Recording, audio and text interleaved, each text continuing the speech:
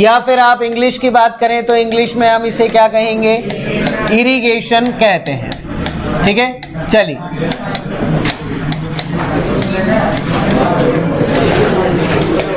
सबसे पहली चीज जो ध्यान रखें कि हमारी जो फसलें हैं उन फसलों में हम बात करते हैं कि हमारे पास दो प्रकार की ऋतुओं के आधार पर फसलें होती हैं, एक तो कौन सी है, खरीफ, और एक कौन सी है, रबी। चलिए, तो भारत के अंदर सबसे ज़्यादा जो फसलें उगाई जाती हैं जिनमें सिंचाई की आवश्यकता है वो खरीफ की है या रबी की है, रबी की, क्योंकि खरीफ के समय पर तो हमारा मानसून आ जाता है, तो मानसून से हमारी फसलों के अंदर पानी की आपूर्ति होती है। लेकिन अगर बात करें रबी फसलों की तो वहाँ पर हमें सिंचाई जो है उस पर निर्भर रहना पड़ता है। ठीक है, तो अब हमारे पास क्वेश्चन ये अराइज होता है कि हमें सिंचाई तो करनी है लेकिन उसका मतलब क्या है। तो बारिश से जो पानी की आपूर्ति हो रही है क्या उसको सिंचाई कहेंगे? नहीं कहेंगे। तो सिंचाई का मतलब क्या हो गया? ओके, इसका मतलब क्या हुआ? कृत्रिम रूप से पौधों में नहीं बात करेंगे बेटा, किसमें बात करेंगे? फसलों में। क्या देना? जल देना, या हम कहें जल प्रदान करना, क्या कहलाता है? सिंचाई या इरिगेशन कहलाता है। अगर इंग्लिश में बात करें तो इंग्लिश में हम क्या कह देंगे?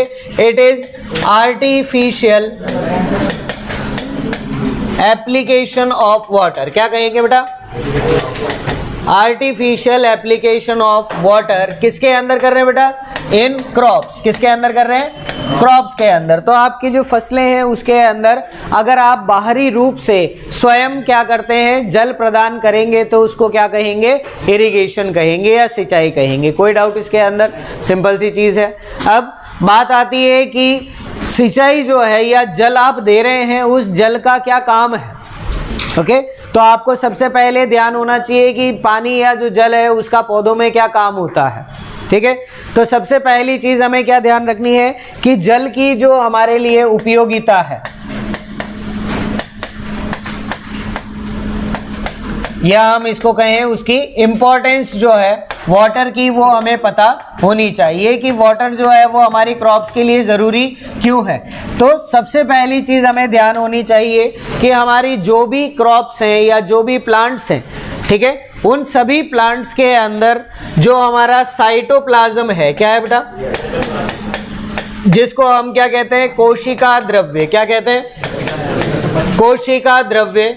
उस साइटोप्लाज्म या कोशिका द्रव्य में लगभग 85 से 90% क्या होता है बेटा? वाटर या जल प्रेजेंट होता है। कितना होता है? लगभग 85 से 90%। अगर जल की मात्रा यहाँ पर कम हो गई तो क्या पौधे सही से ग्रो करेंगे? क्या नहीं करेंगे। तो इसीलिए हमें वाटर जो है उसके अंदर मेंटेन रखना होता है। कितना रखेंगे? लगभग 85 से 90% उसके साइटोप्लाज्म में पानी होना चाहिए। ठीक है, सेकंड हम इसके अंदर बात करें जल और क्या करता है, तो जितने भी हमारे पोषक तत्व हैं, ठीक है, या हम कहें हमारे जो न्यूट्रिएंट्स हैं, प्लांट न्यूट्रिएंट्स, ठीक है, उन न्यूट्रिएंट्स को क्या करता है? घुलनशील अवस्था में लेकर आता है। किसके अंदर लाता है बेटा? घुलनशील अवस्था में, या हम इसको इंग्लिश में कह सकते हैं सॉल्यूशन स्टेज में लेकर आता है। किसके अंदर लेकर आता है? सॉल्यूशन स्टेज के अंदर, सॉल्यूशन फॉर्म के अंदर लेकर आता है। ठीक है, अगर हमारे पास नाइट्रोजन है, ठीक है, सॉइल के अंदर है, फास्फोरस है, पोटाश है, सब हमारे पास अवेलेबल है, लेकिन अगर वहां पर वाटर नहीं है तो पौधा उसका अवशोषण कैसे करेगा? नहीं कर सकता ना। तो उसको सॉल्यूशन स्टेज में लाने के लिए और उसका अवशोषण या उसका हम कह सकते हैं एब्जॉर्प्शन करने के लिए हमें क्या चाहिए? वाटर चाहिए। ठीक है, तो इसकी दूसरी इंपॉर्टेंस समझ में आ गई? कोई डाउट इसमें नहीं? चलिए, तीसरी हम बात करें बेटा इसके अंदर कि वाटर जो है उससे हमें न्यूट्रिएंट भी मिलते हैं। मिलेंगे या नहीं मिलेंगे? सोच के बताएं, क्या वाटर से न्यूट्रिएंट मिलेंगे? क्या नहीं मिलेंगे।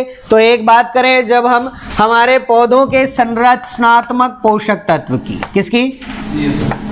संरचनात्मक, या फिर हम कहें स्ट्रक्चरल न्यूट्रिएंट्स की। किसकी बात करेंगे बेटा? स्ट्रक्चरल न्यूट्रिएंट्स की। तो संरचनात्मक पोषक तत्व कौन कौन से बताना जरा बेटा, जानते हो ना? ठीक है, तो कौन से हैं? एक तो है C, एक है H और एक कौन सा है? O। चलो बताओ, हाइड्रोजन कहाँ से लेगा पौधा? पानी से लेगा। ऑक्सीजन कहाँ से लेगा? पानी से, और स्टोमेटा के थ्रू भी ले सकता है। ठीक है, तो हमारे पास कार्बन को छोड़ दें तो बचे कितने? हाइड्रोजन और ऑक्सीजन। ये दोनों की आपूर्ति पानी से भी होती है। तो अगर पौधे के स्ट्रक्चरल या संरचनात्मक पोषक तत्व ही नहीं मिले तो क्या पौधे की संरचना बनेगी? क्या नहीं बनेगी। तो उसके लिए भी हमें इसकी समझ में आ गई बात। ठीक है, चलिए नेक्स्ट हम बात करेंगे यहां पर एक और इंपॉर्टेंट चीज की, जिसको हम बोलते हैं बीज अंकुरण। क्या कहेंगे बेटा?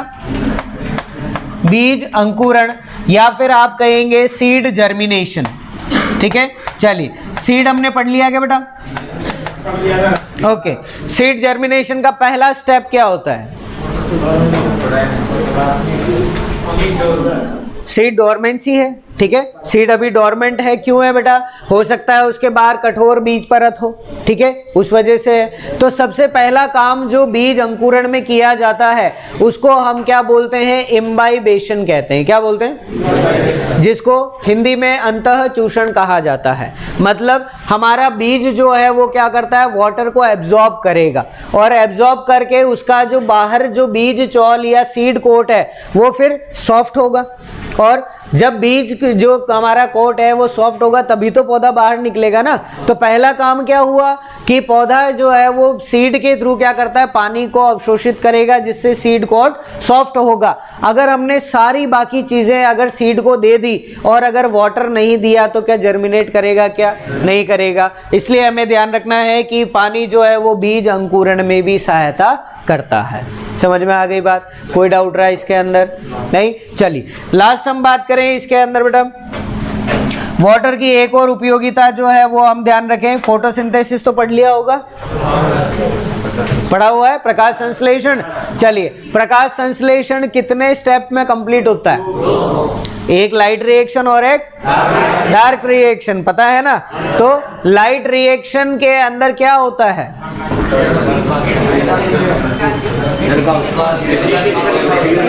चलो हम बात कर ले तो वहां पर H2O और कार्बन डाइऑक्साइड, ये दोनों मिलकर क्या बनाते हैं? ग्लूकोज या फिर कार्बोहाइड्रेट। तो अगर वाटर नहीं हुआ तो क्या कार्बोहाइड्रेट बनेगा? नहीं बनेगा। तो हम कहेंगे पानी जो है बेटा वो किसके अंदर भी मदद कर रहा है? प्रकाश संश्लेषण, या हम कहेंगे इसको हमारा जो फोटोसिंथेसिस है उस फोटोसिंथेसिस में भी मदद करता है। ठीक है, समझ में आ गई बात? कोई डाउट रहा? तो ये हमारे पास 5 मेन जो हमारे कार्य हैं, मुख्य कार्य हैं पानी के, वो हमें याद रखने हैं। पहला क्या है बेटा कि साइटोप्लाज्म के अंदर 85 से 90% क्या है? पानी है, इसीलिए जरूरत है।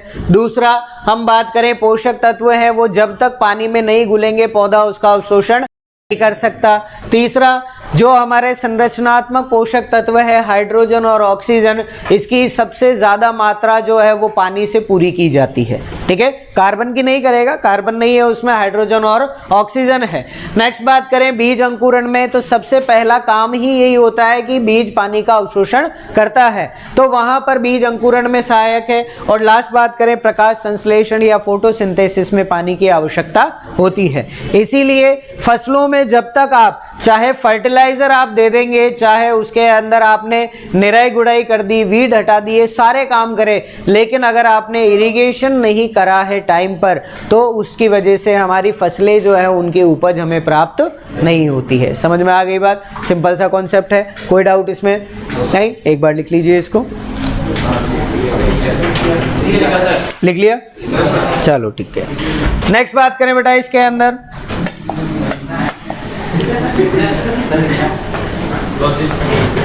जल्दी लिखो।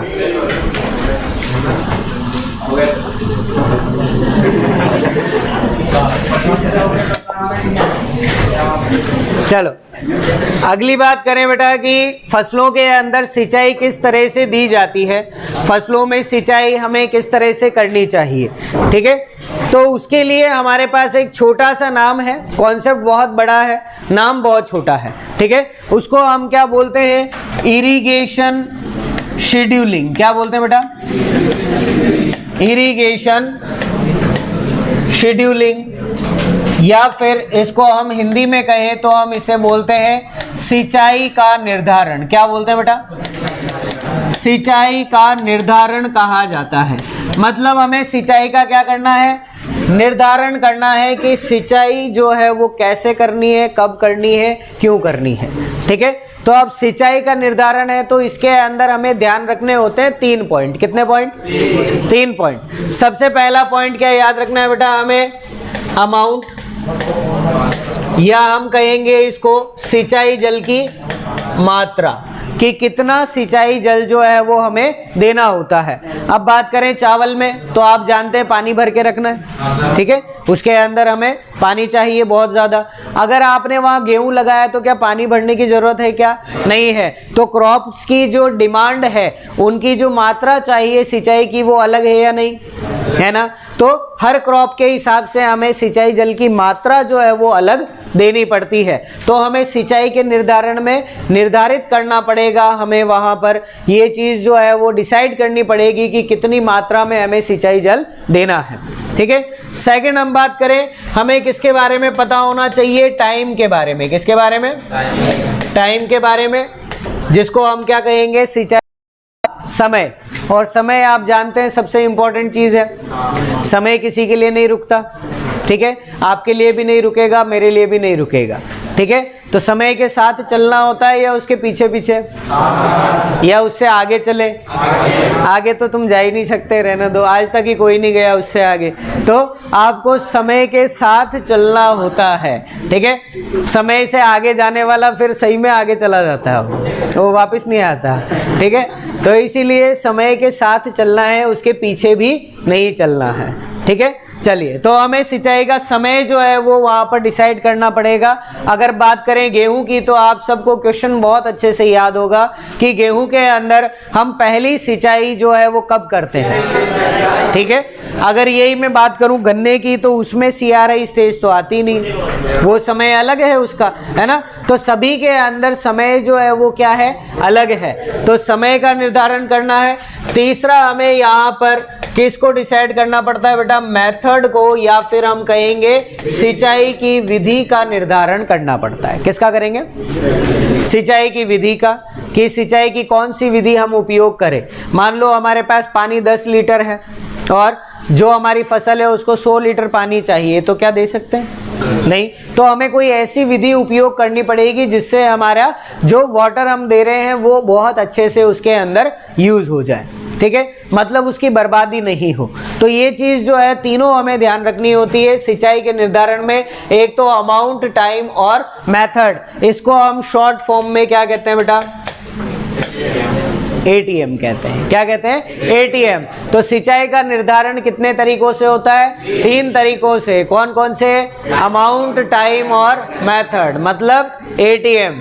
चलिए, ATM से एक और क्वेश्चन जो है वो आपका बनता है, एग्रो का पार्ट नहीं है पर फिर भी बात करेंगे एक बार।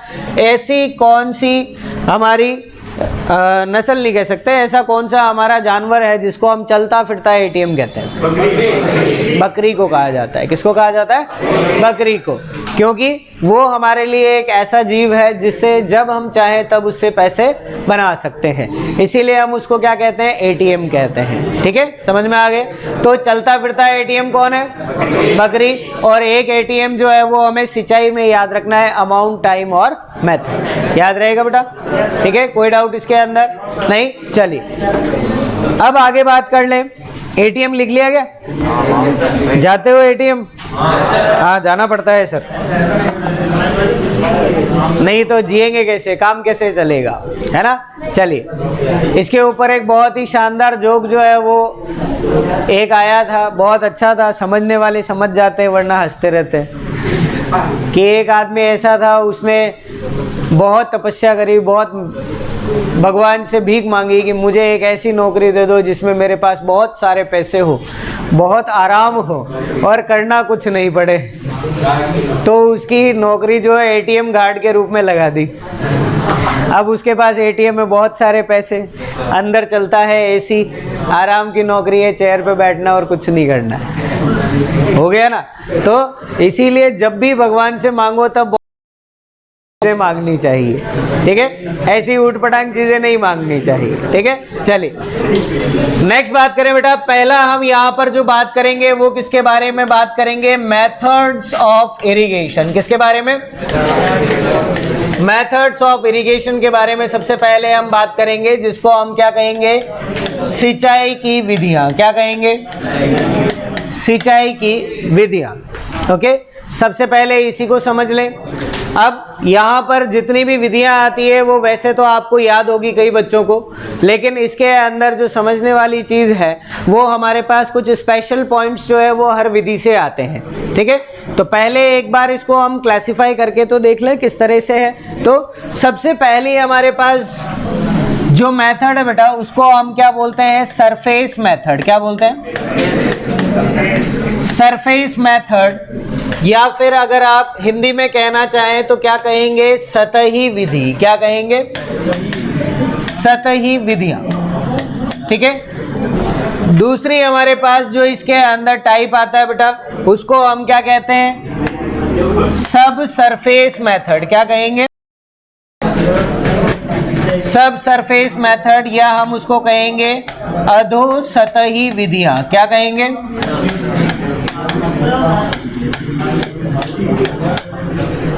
अधोसतही विधि, ठीक है। और तीसरी हमारे पास जो है बेटा उसको हम क्या कहते हैं, प्रेशराइज्ड इरिगेशन। क्या बोलते हैं, प्रेशराइज्ड इरिगेशन या प्रेशराइज्ड इरिगेशन मेथड, ठीक है। तो प्रेशराइज्ड इरिगेशन का मतलब क्या है, दबाव वाली विधियां। कौन सी विधियां, दबाव वाली विधियां। तो जब भी हम इरिगेशन की बात करेंगे उसके मेथड्स की, तो हमें मेनली कितने टाइप में डिवाइड करना बेटा, 3 टाइप में। सतही विधि का मतलब पता लग गया, सतह का मतलब क्या है, जमीन के ऊपर, ठीक है। तो ऐसी विधियां जिसके अंदर पानी बहेगा तो सही, लेकिन कहां पर बहेगा, सतह के ऊपर बहेगा, ठीक है। दूसरी हमारे पास जो विधि है वो कौन सी बेटा, सब सरफेस मेथड, मतलब जमीन के नीचे। अधोसतही या फिर हम कहें अधोभूमि कहां पर होती है, नीचे, ठीक है। ये आप कॉन्सेप्ट जो पढ़ेंगे वो आएगा आपके ए होराइजन और बी होराइजन में। जब आप मृदा की ऊपरी 15 सेंटीमीटर की बात करते हैं तो उसको कहते हैं सतही मृदा। क्या कहते हैं, जिसको फरो स्लाइस भी कहा जाता है, याद आ गया, ठीक है। और 15 सेंटीमीटर के नीचे की बात करेंगे तो उसे हम कहते हैं अधो सतह या अधो मृदा, मतलब सब सरफेस, ठीक है। तो यहीं पर भी हमें बात करनी है कि मृदा के नीचे अगर हम इरिगेशन कर रहे हैं तो उसको हम क्या कहेंगे, सब सरफेस मेथड कहेंगे, ठीक है। अब बात आती है सर मृदा के नीचे कैसे इरिगेशन करेंगे, तो हम इसमें क्या यूज करते हैं, पाइप्स का यूज करते हैं, जो कैसे परफोरेटेड है, मतलब छेद वाले पाइप हैं, ठीक है। तो उन पाइप्स के अंदर जब पानी जाएगा तो मृदा के नीचे आएगा, ऊपर नहीं आएगा, ठीक है।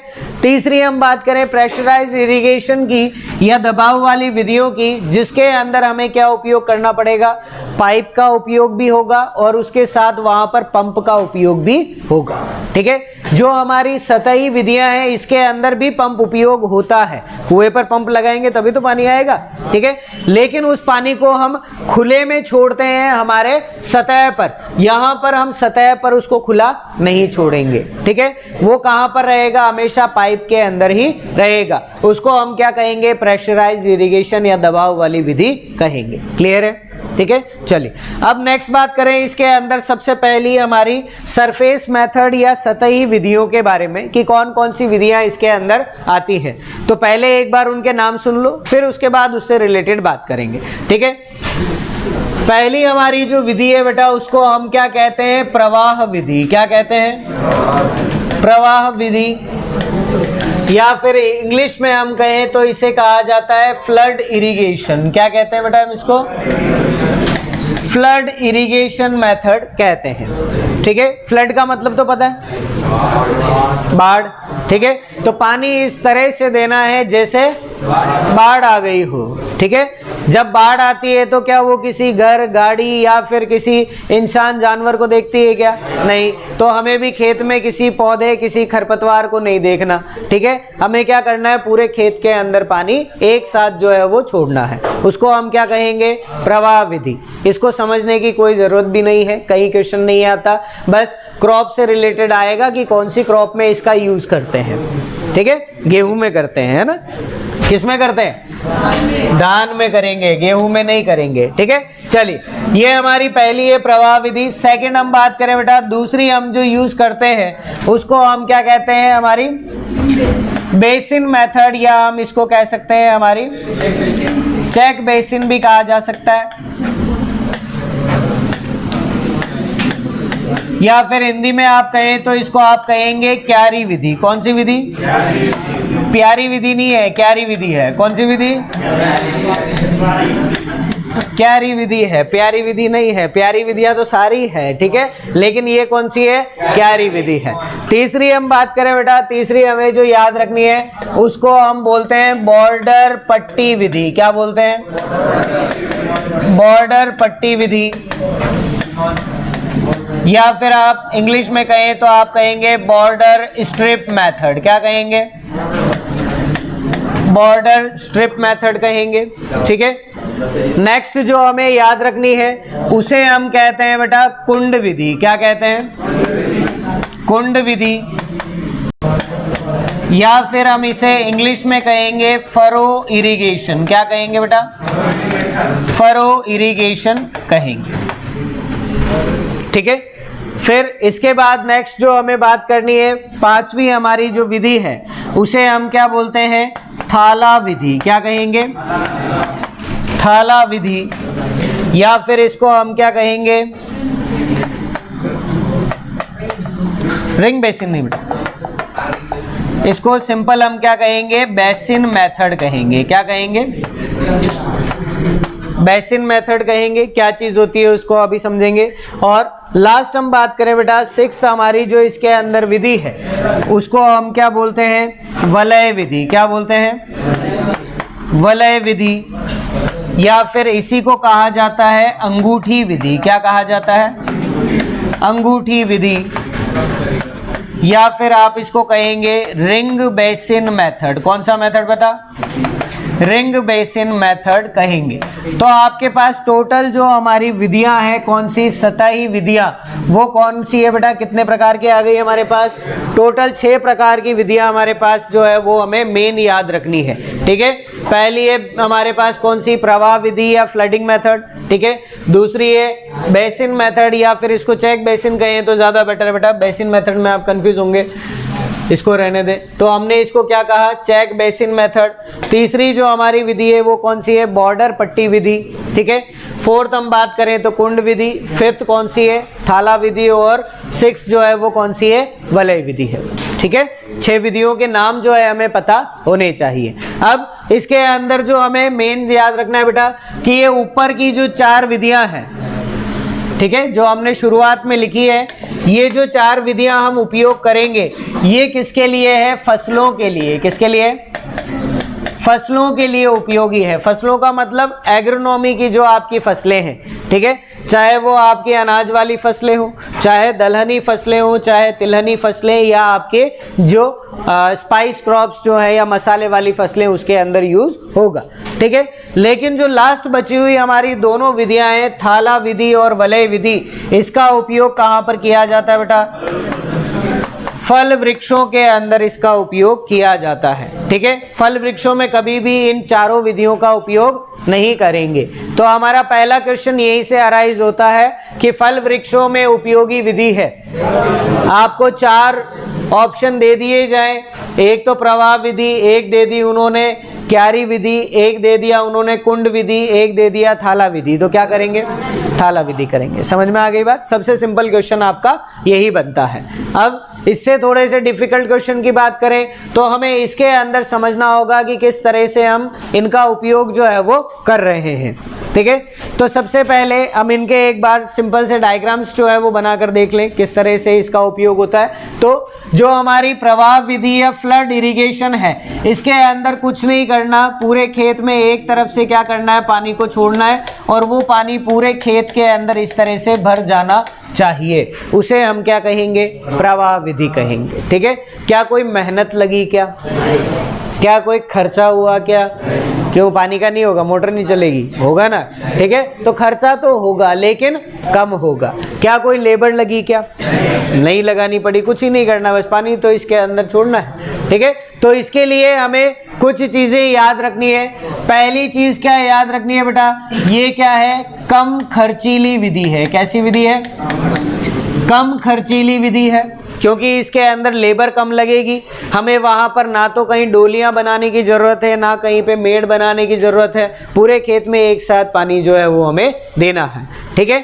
लेकिन हमें दूसरी चीज़ याद रखनी है कि कम खर्चीली होने के साथ साथ सबसे ज़्यादा पानी का जो नुकसान होगा वो कौन सी विधि में होगा? इसी में ही होगा, क्योंकि हमने वहाँ पर कोई भी सुविधा नहीं करी है, पानी इसी तरह से छोड़ दिया। उसका सारा का सारा क्या हो जाएगा? वाष्पीकरण हो जाएगा, इवोपरेशन होगा, है ना। तो पूरे खेत से इवोपरेशन हो रहा है, इसीलिए हम कहेंगे कि सर्वाधिक जल हानि कौन सी विधि में होती है, ठीक है। तो सबसे ज्यादा जो पानी की हानि हो रही है बेटा वो कौन सी विधि में होगी? प्रवाह विधि में होगी। कोई डाउट रहा इसके अंदर? नहीं, क्लियर। नेक्स्ट जो एक पॉइंट हमें याद रखना है कि ये जो विधि है इसका उपयोग कौन सी फसल में करना है, तो हम क्या कहेंगे? धान या फिर चावल, या इंग्लिश में कहें तो क्या कहेंगे? पैडी या राइस कहेंगे, उसकी क्रॉप में इसका यूज किया जाता है। कोई डाउट रहा बेटा इसमें? 3 पॉइंट याद रखने और कुछ याद नहीं रखना है, ठीक है। अगर ये नहीं दिया हो तो इसकी जगह पर आप पैडी अगर नहीं दिया ऑप्शन में, तब ध्यान रखना क्या करना है। अगर पैडी नहीं दिया तब क्या करोगे? जूट करोगे। क्या करोगे? जूट, ठीक है। क्योंकि जूट में भी हमें ध्यान है कि वो अधिक जो हमारी आर्द्रता या बहुत ज़्यादा ह्यूमिडिटी है उन जगह पर ग्रो करते हैं, और वेस्ट बंगाल में जब करते हैं तो उस टाइम पर पूरे खेत में पानी यूँ भर दिया जाता है उसमें भी, ठीक है। तो आपको अगर पैडी दे रखा है, धान दे रखा है तो वो करोगे, और नहीं दिया है तो फिर हमें क्या करना है? जूट करना है। क्लियर है चीज़? कोई डाउट रहा? 3 चीज़ें, 3 पॉइंट याद रखना और कुछ नहीं। नेक्स्ट हम बात करें बेटा, अगली कौन सी विधि है? चेक बेसिन मेथड, या फिर क्या कहेंगे उसको? क्यारी विधि कहेंगे, ठीक है। इसके अंदर किस तरह से हम यूज करते हैं उसको एक बार समझ लो। इसके अंदर हम क्या करते हैं बेटा, हमारा जो पूरा खेत है उस खेत को हम इस तरह से डिवाइड करते हैं कि उसके अंदर क्या बने? क्यारियां बन जाए, ठीक है। अब क्यारियां कैसे बनेगी? इसके अंदर हम चौकोर क्यारियां बनाते हैं। कैसी क्यारियां? चौकोर क्यारियों का मतलब है कि उसके अंदर वो चारों तरफ से बराबर होनी चाहिए, या कई बार रेक्टेंगल शेप में भी बनाते हैं जिसकी 2 साइड बराबर हो, ठीक है। रेक्टेंगल और स्क्वायर तो समझ में आता है, ठीक है।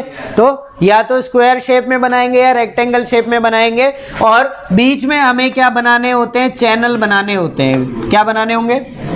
चैनल। टीवी वाले नहीं, चैनल का मतलब होता है धोरे, ठीक है। तो खेत में हम बीच में क्या बनाएंगे? धोरे बनाएंगे। यहाँ से जब पानी इस धोरे में छोड़ा जाएगा तो जब आपको इसमें सिंचाई करनी है तो इसको खोल दीजिए, फिर इसमें इस तरह से जो है वो सभी के अंदर सिंचाई दोनों तरफ होगी, ठीक है। ये हमारी क्या है? क्यारी विधि है। तो हमें याद इतना सा रखना है कि कौन सी ऐसी विधि है जिसमें खेत को चौकोर क्यारियों में बांटा जाता है, तो वो कौन सी विधि है बेटा? क्यारी विधि। तो हम लिखेंगे खेत को चौकोर क्यारियों में बांटा जाता है। ओके। नेक्स्ट हमें याद क्या रखना है बेटा कि ये जो हमारी विधि है इस विधि को हम कौन सी क्रॉप्स के अंदर यूज करते हैं। एग्जाम में क्वेश्चन भी हमसे पूछा हुआ है, ठीक है। गेहूं के अंदर यूज करते हैं, क्वेश्चन भी यही आया था, गेहूं में सर्वाधिक जो है उपयोग की जाने वाली कौन सी विधि है, तो हमने आंसर क्या दिया था? क्यारी विधि कहा था, ठीक है। लेकिन इसका जो मेन कॉन्सेप्ट है वो ध्यान रखें कि हमारी जो मध्यम दूरी वाली फसलें हैं, कौन सी? मध्यम दूरी वाली फसलें, उसके अंदर इस विधि का उपयोग जो है वो किया जाता है, जिसके अंदर आपका मक्का भी आ गया, ठीक है, ज्वार बाजरा, ठीक है, या फिर आप कहें मूंगफली, ओके, आपकी जितनी भी दालें हैं वो, और उसके साथ साथ गेहूं, ठीक है। तो ये हमारी सारी जो फसलें हैं उन सभी फसलों में ज्यादातर किसका उपयोग किया जाता है? क्यारी विधि का। किसका करेंगे बेटा? क्यारी विधि का। आपने खेत में कभी गए हो तो आपने देखा होगा ज़्यादातर यही विधि हमको देखने को मिलती है। हम ज़्यादातर क्यारियाँ जो है बना देते हैं, उसके बीच में फिर उनकी बुआई की जाती है। ठीक है, तो ये विधि जो है वो सबसे ज़्यादा उपयोग में लाई जाती है। ठीक है, तो इसके लिए हमें एक पॉइंट और एक्स्ट्रा यहाँ पर याद रखना पड़ेगा कि भारत में सर्वाधिक उपयोग की जाने वाली कौन सी विधि है बेटा? सर्वाधिक उपयोग की जाने वाली विधि कौन सी है? क्यारी विधि है। कौन सी विधि है बेटा? क्यारी विधि। ठीक है, क्लियर है? कोई डाउट रहा है इसके अंदर? समझ में आ गया अच्छे से? चलिए नेक्स्ट हम बात करें, अगली जो हमारी विधि है बेटा वो कौन सी है? बॉर्डर पट्टी विधि। कौन सी है? एक बार इसको या तो लिख लीजिए, उसके बाद फिर हम नेक्स्ट पेज पे बात करें। यहाँ पर सारे एक जैसे हो जाएंगे फिर, है ना? जल्दी से लिख लो इसको।